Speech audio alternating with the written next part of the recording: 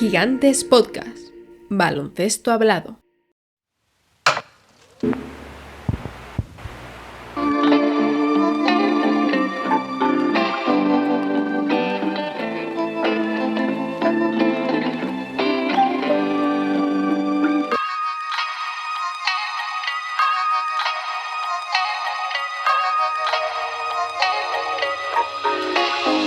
El draft de 2014 es uno que se presentaba con muchísima ilusión, con tres nombres principales en la cabecera de aquel año que compartían el debate de quién iba a ser el número uno del draft. Comparaciones maravillosas, ¿no? Con LeBron James o con Carmelo Anthony incluso.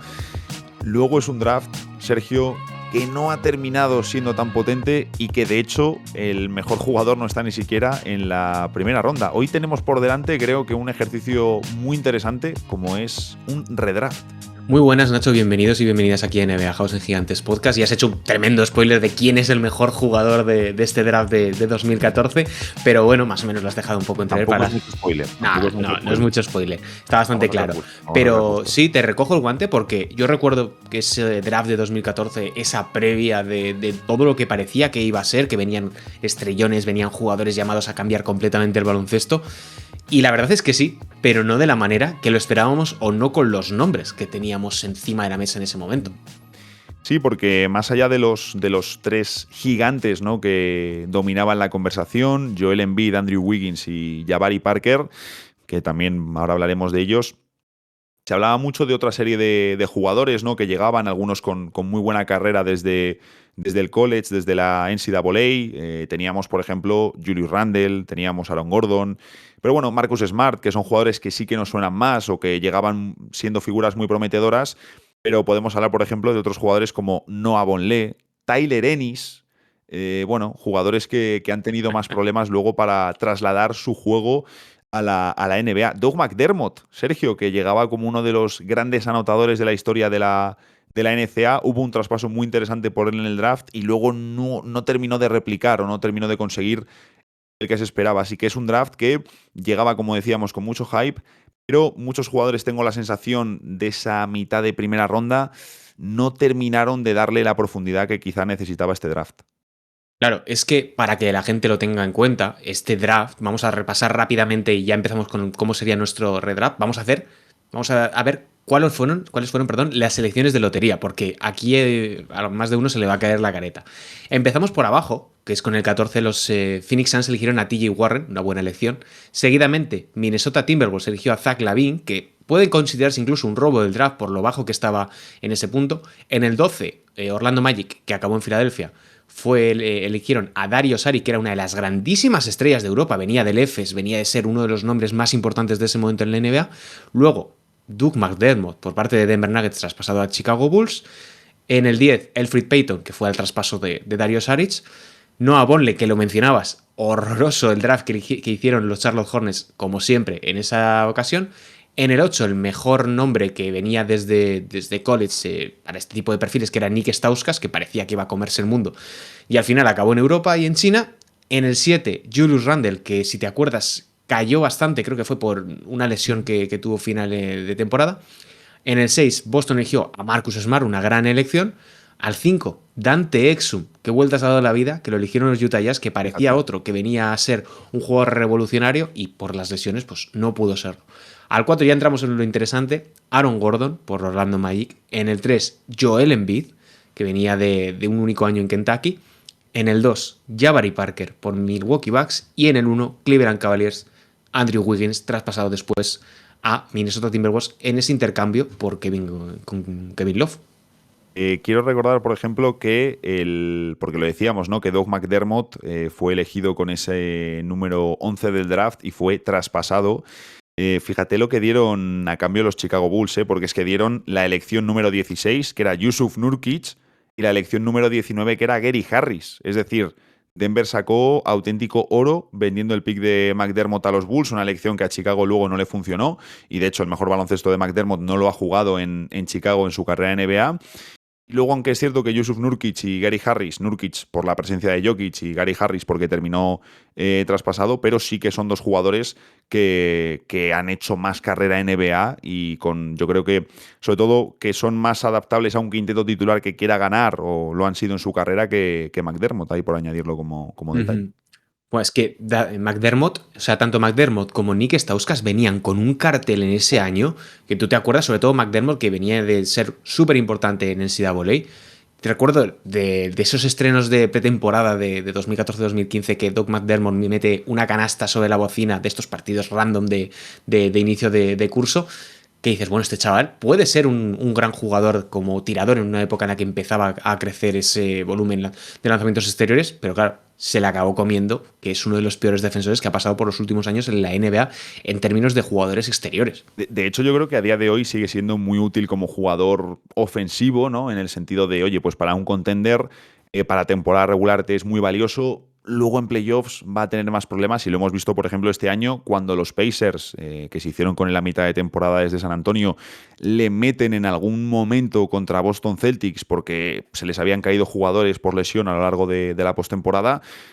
Y es que McDermott, el pobre, creo que en ataque es innegable la mano que tiene, el movimiento sin balón que tiene, lo inteligente que es para ocupar espacios y moverse, pero claro, es que todo lo que te resta atrás, y más ahora que es un jugador veterano, le ha penalizado mucho a la hora de poder ser un jugador de más minutos en la NBA y hacer homenaje a ese número 11 del draft, pero yo creo aún así que esas elecciones consecutivas de Stauskas y Noah Vonleh son con diferencia las más duras de ese top. Y yo, por ejemplo, aquí te lanzo una pregunta, porque claro, evidentemente no estamos dentro, no sabemos luego cómo funcionan los jugadores.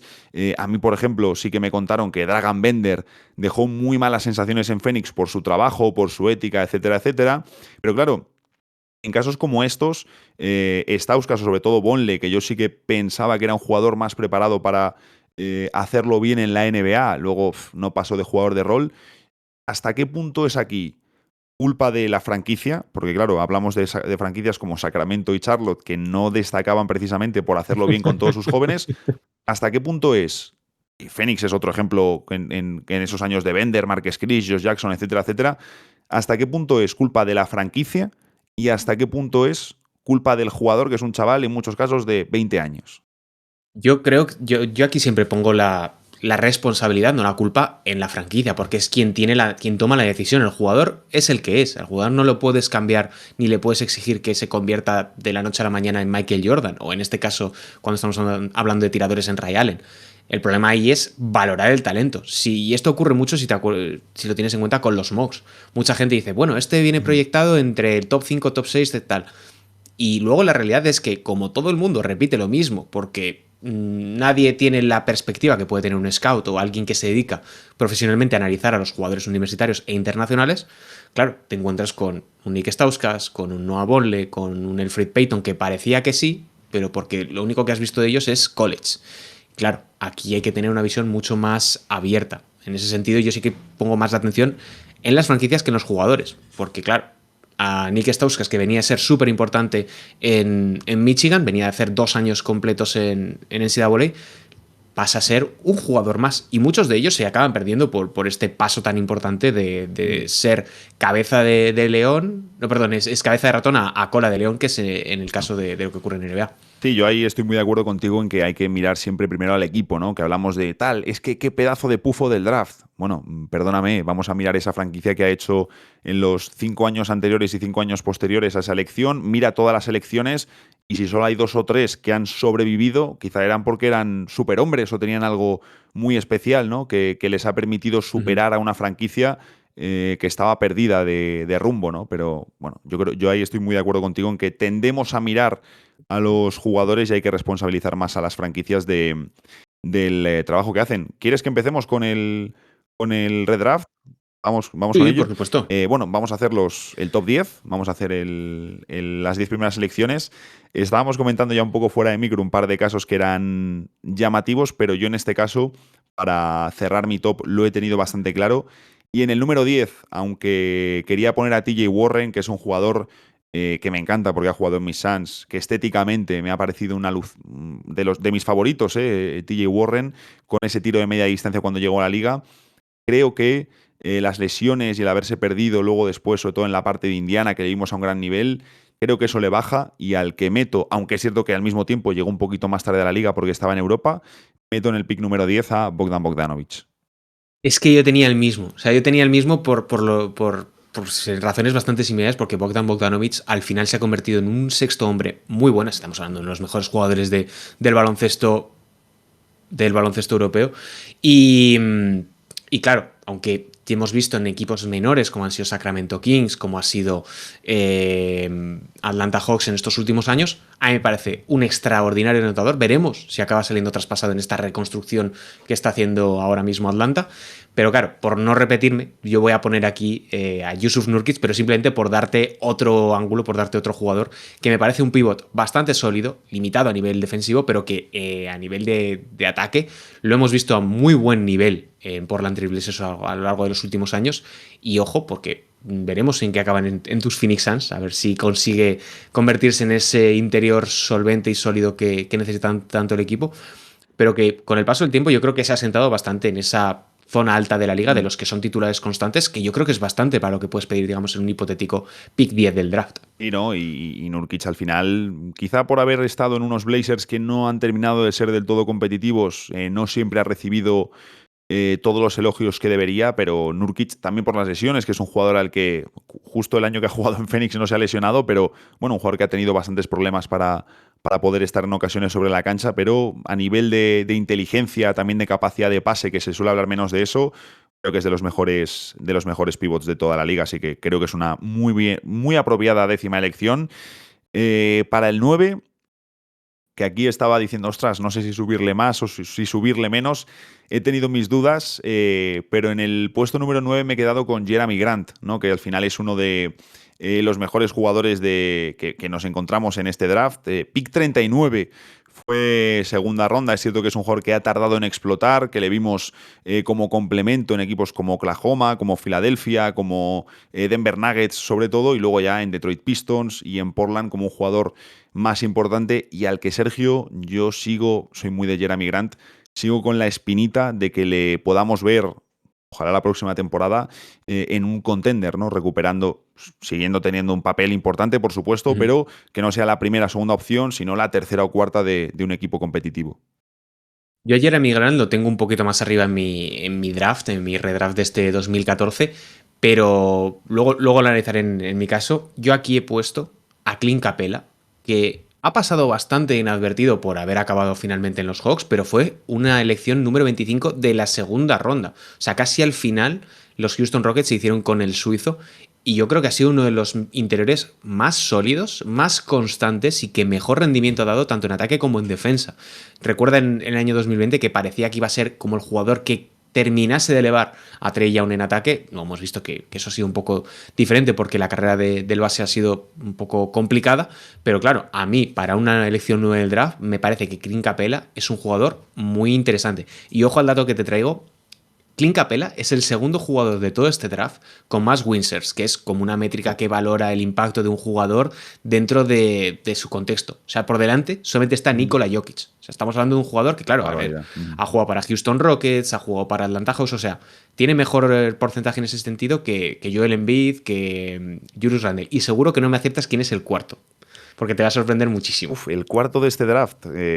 Vale, dame así un momentito rápido, pero a ver, si dices eso entiendo que a lo mejor... Es que no vas a adivinar en la vida. Que no lo voy a adivinar en la vida. Vale, a ver, si lo dices a lo mejor en plan por trolear, Zach LaVine o... No, Dwight Powell. Dwight Powell, me cago en la leche. No lo hubiese... Tiene más... Madre mía. Te he dejado rotísimo.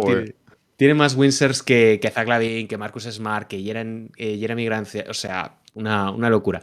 Para poner un poco en valor lo que es a veces este tipo de métricas que son un poco difusas, pero claro, al final ha estado en equipos ganadores constantemente. No, hay que siempre lo que decimos, ¿no? Que las estadísticas hay que ponerlas en contexto, y firmo debajo de todo lo que has dicho de Capela. Me parece un jugador infravalorado. Creo que la única constante positiva que ha tenido Atlanta en los últimos 4 años, y un tío que desde el primer momento cuando entró en Houston dio un rendimiento muy importante, incluido en playoffs. Yo le tengo más arriba y creo que te va a sorprender de lo arriba que le tengo. ¿Quién es tu pick 8? En el número 8, esta era una conversación que estábamos teniendo un poco antes, porque decíamos, ostras, hay un par de jugadores en concreto que son All-Star, pero que uno tiene dudas con ellos a la hora de si les meterías o no en tu equipo, de si te los quedarías o no. Y sé que va a haber gente que me dice, eres un terrorista, cómo le tienes tan abajo, ¿no? Pero quizá me estoy dejando llevar por un último par de años complicados, por el contrato que tiene, pero he metido en octava posición a Zach LaVine, que es uno de los jugadores más mediáticos y más brillantes de este draft. Evidentemente es un talento ofensivo descomunal, muy estético, y en Chicago hemos visto una explosión anotadora muy importante, pero creo que es un jugador que condiciona bastante en el apartado ofensivo, que no es una estrella tan potente como entendemos, ¿no? No es un jugador tan top como para que sea el manejador principal de tu equipo, pero tampoco le puedes poner en el 3 y que juegue tanto sin balón, que luego a nivel defensivo es un jugador que también condiciona demasiado. Entonces, siendo un All-Star y siendo un talento ofensivo de los más importantes de la liga, yo es un jugador al que evitaría tener en mi equipo. No. Yo, a pesar de que lo haya puesto un poquito más arriba que tú, yo también lo evitaría tener en cualquiera de. Si yo fuese un general manager, yo no querría tener a Zach LaVine en el equipo. Un poco como lo que hablamos en el anterior episodio de la llamada que se filtró entre Warriors y Bulls por Chris Paul, que tal cual, tan pronto vieron la oferta, decidieron, bueno, vamos a cortar a Chris Paul porque no quiero tener a Zach LaVine. Yo aquí en el 8. Gracias, pero no. Gracias. Muchas gracias, pero ya tengo lo que necesitaba. Yo en el 8 he puesto aquí a Jerami Grant, que cogiendo un poco lo que decías, a mí me parece un jugador, sobre todo, que ha tenido una evolución muy interesante, porque llega a Filadelfia en un momento en el que están en plena reconstrucción, es un jugador que no tiene tiro, que es por las dimensiones de su envergadura, no tenía la capacidad de poder armar un lanzamiento en suspensión óptimo, pero con el trabajo, con el paso del tiempo, se acaba convirtiendo en uno de los mejores 3&D sobre bote de toda la NBA. Le hemos visto sistemáticamente desde que llegó a Portland lanzar pues casi al 40% en triples, que es yo creo que una cima. Le hemos visto ser importante en Denver, le hemos visto ser importante en Oklahoma, en los Pistons evidentemente no, y en los Blazers tampoco. Pero claro, a mí me parece un jugador que para un pick 8 del draft, muy interesante. Más que probablemente lo que decías tú de Zach LaVine. Claro, es que yo aquí el debate interno que tenía era, ostras, sí, Zach LaVine, cuando tú te metes en Wikipedia, ¿no? En cada draft que te señalan con unos colorcitos quiénes son All-Star, quiénes no han jugado en la liga, quiénes son MVP y demás. Claro, Zach LaVine te aparece resaltado y es en un draft donde tienes pocos All-Stars, pues es uno de los que te aparece resaltados. Pero es que yo, incluso si me dices hace 5 años, me quedo en mi equipo, sea cual sea, antes a Jerami Grant a Zach LaVine. Bueno, a lo mejor si quiero tanquear y quiero un jugador para que se tire todos los tiros, escojo a Zach LaVine, pero es que luego a lo mejor vas a tener problemas para traspasarle. Entonces, si a lo mejor fuese un draft por necesidad de, ostras, soy X equipo, es que lo mismo LaVine le ponía 10º, es que no lo sé, no sé dónde le pondría porque sé que Jerami Grant le tendría en mi equipo antes, incluso en función del equipo, si me dices Zach LaVine o Bogdan Bogdanovic, a lo mejor prefiero al serbio como jugador de banquillo antes que meter a LaVine como titular. Claro, yo aquí ya avanzo al pick 7, yo aquí tengo a Zach LaVine, porque, claro, yo he ponderado un poquito más, no tanto el hecho de que fuese All-Star en 2021, que tiene una trampa como una catedral, porque hubo bajas, era una temporada muy extraña, etcétera, y tenía que renovar contrato, que este tipo de cosas a mí me parecen maravillosas. Entran dentro de la categoría Julius Randle de la vida, que luego hablaremos del bueno de Randle. Me parece que es un muy buen anotador, pero es un anotador unidimensional. Y hay veces que los equipos necesitan jugadores de ese perfil, jugadores que simplemente les des el balón y anoten. TJ Warren, Jordan Clarkson, etcétera, que también es de este draft Jordan Clarkson. Yo lo he puesto en el pick 7, de hecho he hecho un cambio de última hora para incluirlo aquí, y a mí me parece un jugador que, sin ser santo de mi devoción, yo creo que para llegar hasta este punto del draft, que estar fuera del top 5 pero dentro del top 10, me parece óptimo. Sí, sin duda, sin duda. Aquí yo pues lo que he hecho ha sido poner al otro, ¿no? Si teníamos las dudas con 2 All-Stars de dudoso rendimiento y tal, yo al que he puesto por delante es a Julius Randle, ¿no? En el 7 Randle y en el 8 LaVine.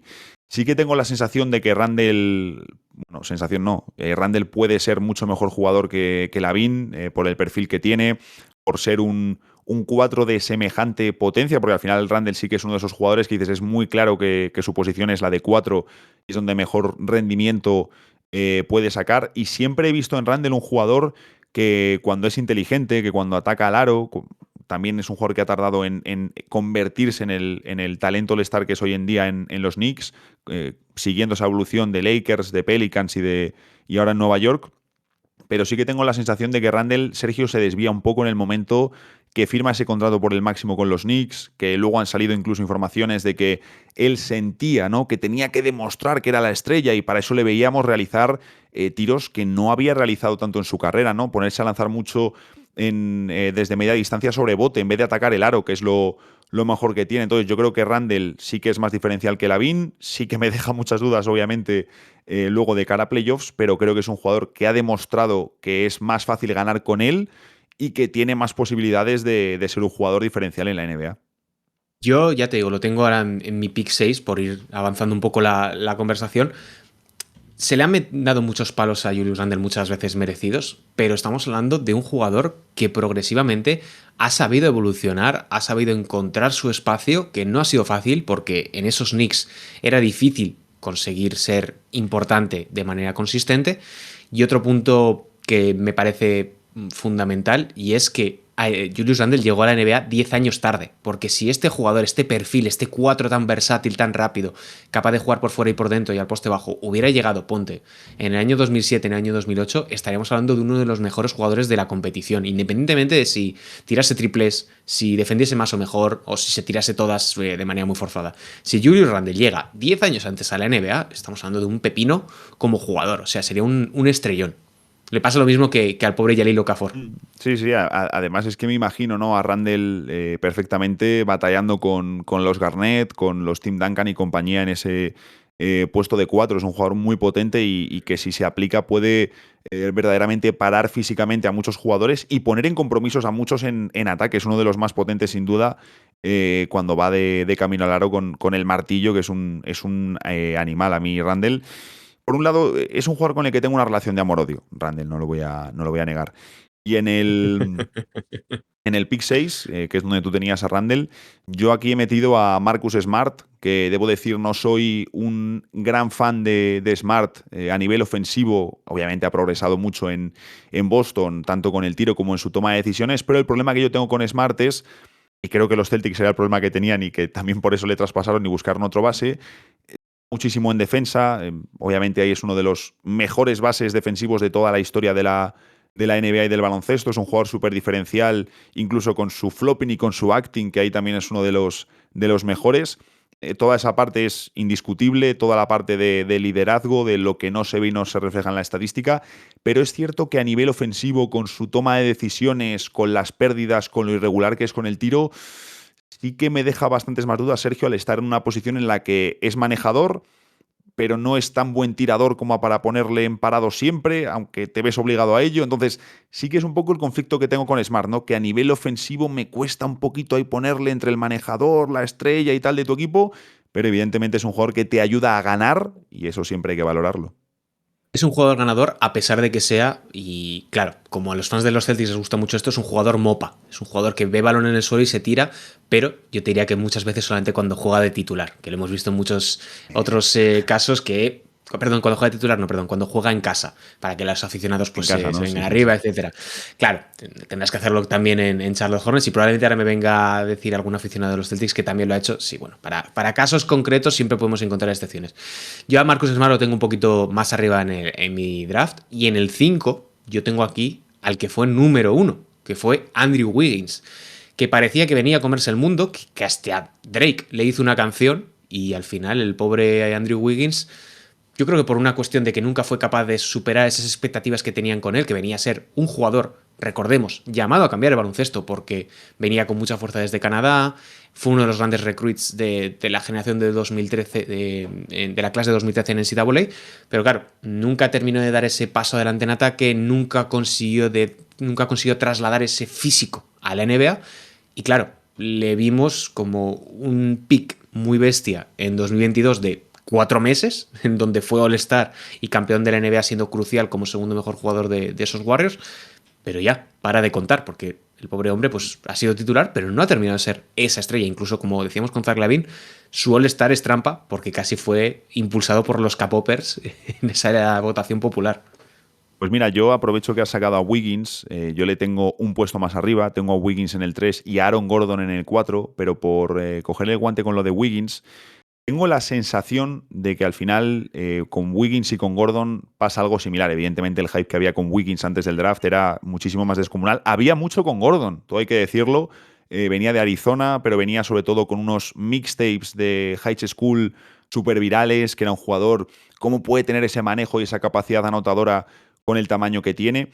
Y sí que tengo la sensación de que al final la mejor versión de Gordon y la mejor versión de Wiggins las hemos visto precisamente cuando les han sabido encajar en un rol concreto al lado de estrellas, ¿no? Lo decías tú con Wiggins en esos playoffs y esa temporada fantástica que hace con los Warriors para ganar el anillo. Recordemos que Wiggins en las finales de la NBA que gana Golden State es el segundo mejor jugador de la serie solo por detrás de Stephen Curry, defendiendo de forma fantástica a los Jays y aportando, no recuerdo ahora, pero en torno a sus 18, 19 puntos por partido con además buen acierto. Entonces, yo sigo convencido que algo ha pasado después con Wiggins. No sé si es en la parte personal, que sabemos que ha tenido problemas, ha estado alejado del equipo. Yo creo que algo ha pasado con Wiggins, que le ha bajado su rendimiento, algo del terreno personal que se ha trasladado al terreno deportivo. Creo que sigue habiendo ahí un jugador muy aprovechable y ya hemos visto el rol que tiene que tener, no ser la referencia, ser tu tercer jugador a lo mejor, un jugador para ejecutar y que en defensa te va a dar mucho en la NBA actual. Entonces yo sí que me quedo con Wiggins un poquito más arriba porque creo que luego ha sabido reconducir su carrera y evidentemente el hype que había con tenemos aquí al nuevo LeBron, a tal, no hemos visto nunca de eso porque la versión ideal de Wiggins es un tío que te hace como el 3&D, por así decirlo, ¿no? Pero a nivel estrella, ¿no? Es un poco yo la sensación que tengo con Wiggins, Sergio. ¿Y quién es tu 5? Porque me has contado lo de Andrew Wiggins, pero no me has dicho quién es tu pick 5. Pero has puesto a Wiggins en el 5. Claro. Te he entendido que le tenías en el 4. No, estamos en el 5.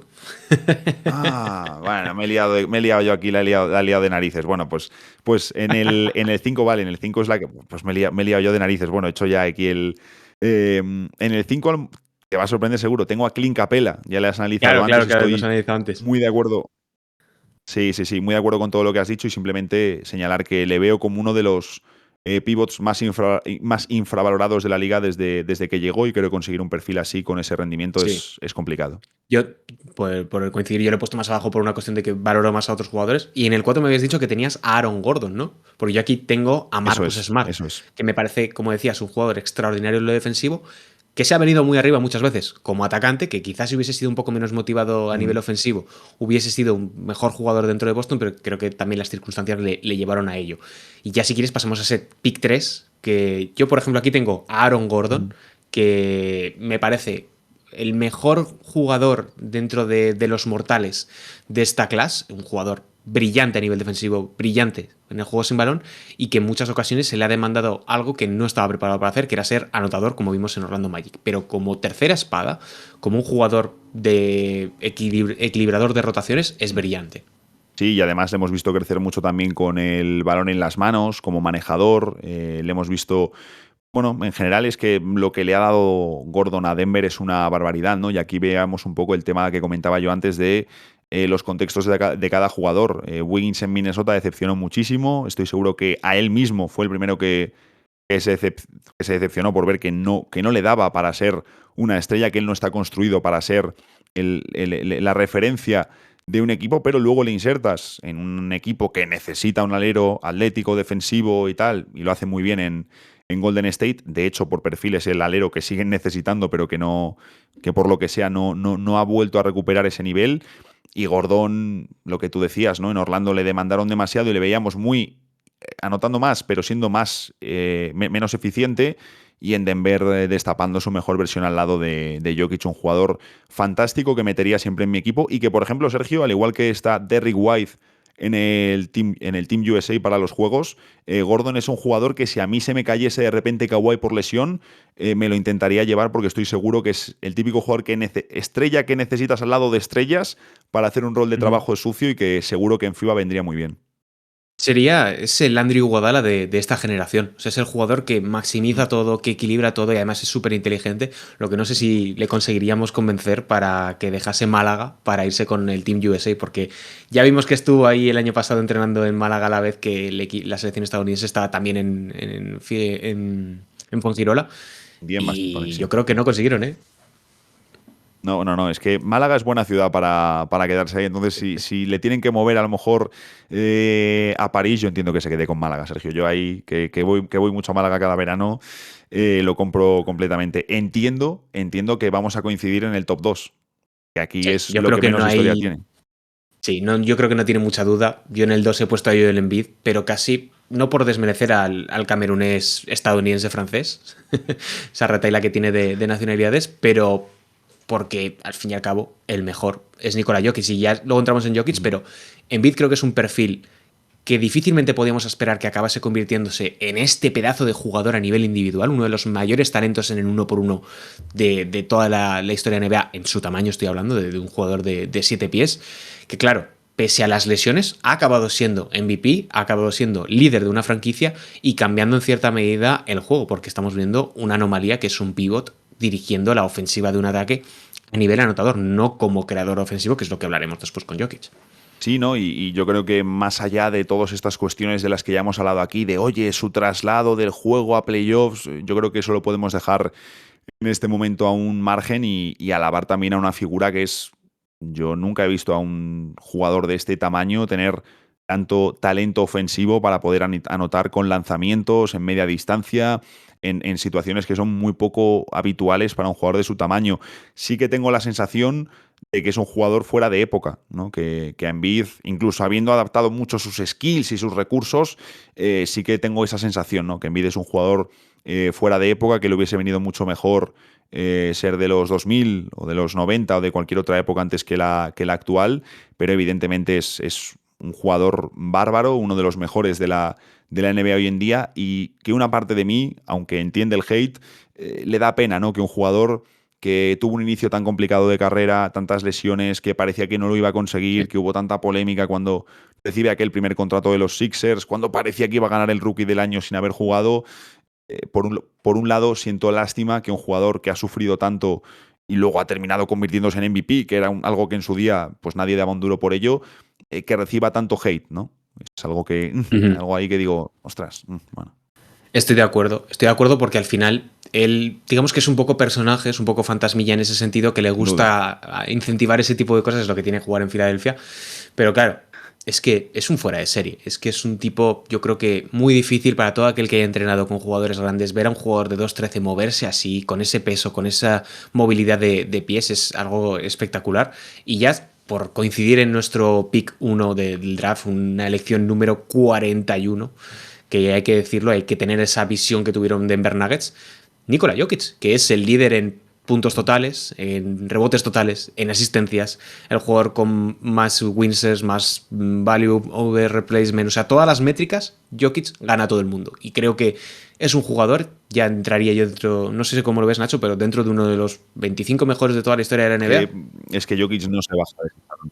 por no ofender a nadie. He dicho 25 por Sí, no no, es que ofender a estaba nadie, pensando, ¿eh? es que lo mismo puede ser incluso más, ¿no? Es que yo tengo muy claro que es el europeo más dominante que yo he visto y alguna persona me dice, no, pero Nowitzki y tal. Yo creo que Jokic a nivel NBA ha alcanzado evidentemente un escalón que yo no le he visto nunca a ningún jugador europeo y que en general te diría, Sergio, he visto a muy poquitos jugadores. Es decir, el pick de Jokic, que lo estamos viviendo ahora mismo, por mucho que este año hayan perdido, me da absolutamente igual. El pick de Jokic es una auténtica barbaridad. Es un jugador absolutamente dominante, que hace fácil lo difícil y que es muy sencillo construir un equipo a su alrededor. No lo decías tú antes. Si Aaron Gordon en parte está jugando tan bien, es porque tiene a Jokic al lado. Si Jamal Murray puede brillar tanto en playoffs, es porque tiene a Jokic al lado, ¿no? Es decir, sería absolutamente incomprensible entender a estos Denver Nuggets y el título que han conseguido sin una figura tan dominante como la del Joker.